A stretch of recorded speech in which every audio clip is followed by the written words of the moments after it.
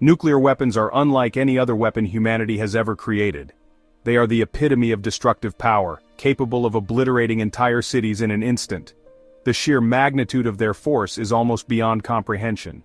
They possess a destructive power that is difficult to fathom.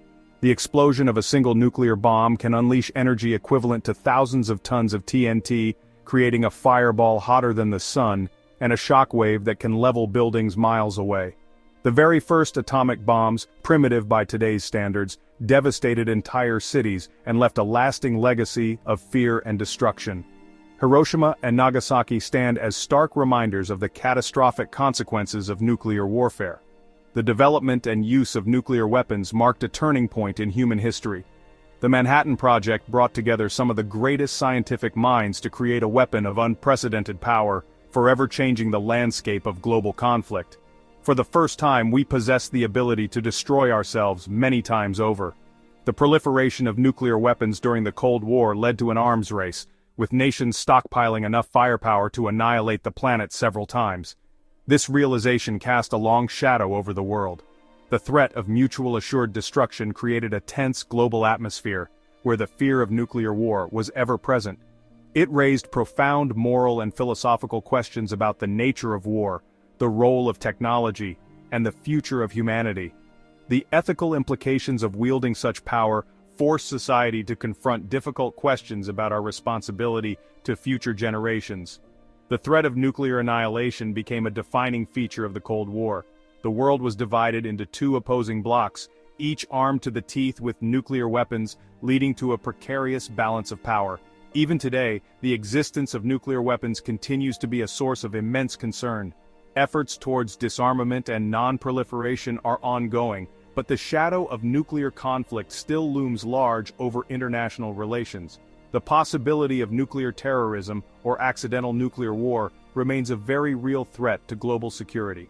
As long as these weapons exist, the potential for catastrophic consequences persists, reminding us of the urgent need for vigilance and diplomacy.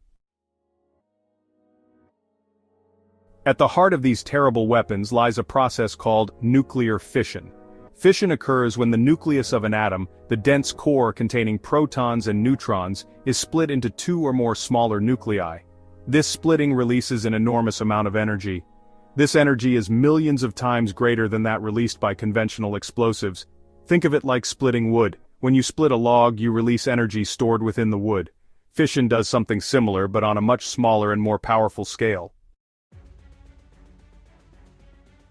There's another, even more powerful nuclear reaction called fusion. Fusion is the process that powers the sun and other stars.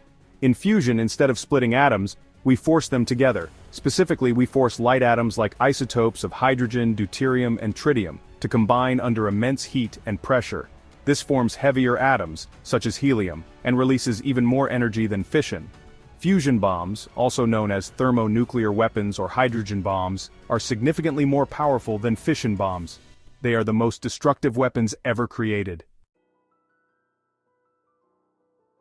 Creating a nuclear weapon requires specific materials, primarily highly enriched uranium or plutonium. Uranium is a naturally occurring radioactive element found in rocks and soil. However, not all uranium is suitable for weapons. The most common isotope, uranium-238, doesn't easily undergo fission. We need a rarer isotope called uranium-235. Plutonium, on the other hand, is not naturally occurring. It is a byproduct of nuclear reactors. Both uranium-235 and plutonium-239 are difficult and expensive to produce. This difficulty is one reason why only a few countries possess nuclear weapons. Building a nuclear weapon isn't just about getting the right materials. It involves overcoming numerous complex scientific and engineering challenges. First, you need to enrich the uranium or produce the plutonium. This requires sophisticated and expensive facilities. Then comes the design and construction of the bomb itself, which is a highly complex and technical process. Finally, you need to develop the infrastructure and expertise to handle, test, and deploy these weapons safely.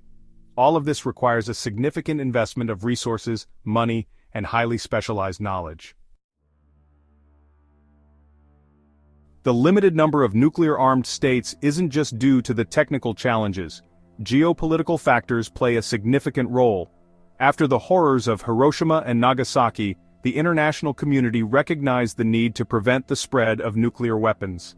The Non-Proliferation Treaty of 1968 is a cornerstone of global non-proliferation efforts. This treaty aims to prevent the spread of nuclear weapons, promote cooperation in the peaceful uses of nuclear energy, and work towards nuclear disarmament. However, the NPT hasn't been entirely successful. Several countries have developed nuclear weapons outside the treaty, and the threat of nuclear proliferation remains a serious concern. The United States was the first country to develop nuclear weapons during World War II as part of the Manhattan Project. They conducted the first and, so far, only nuclear attacks against Japan in 1945. The Soviet Union followed soon after, detonating its first atomic bomb in 1949. This event marked the beginning of the nuclear arms race, a defining feature of the Cold War. The United Kingdom, France, and China subsequently developed their own nuclear weapons. Today, the 5 permanent members of the United Nations Security Council, the US, Russia, the UK, France, and China, are officially recognized as nuclear weapon states under the NPT. Over the years, numerous treaties and agreements have been negotiated to limit or reduce the number of nuclear weapons. These efforts have spanned decades and involved countless hours of diplomacy and negotiation. The goal has always been to create a safer world by reducing the threat posed by these devastating weapons. The Strategic Arms Limitation Talks, known as SALT, and the Strategic Arms Reduction Treaties, or START, between the US and the Soviet Union, and later Russia, aim to reduce the size of their respective nuclear arsenals. These treaties were landmark agreements that marked significant progress in the effort to curb the nuclear arms race.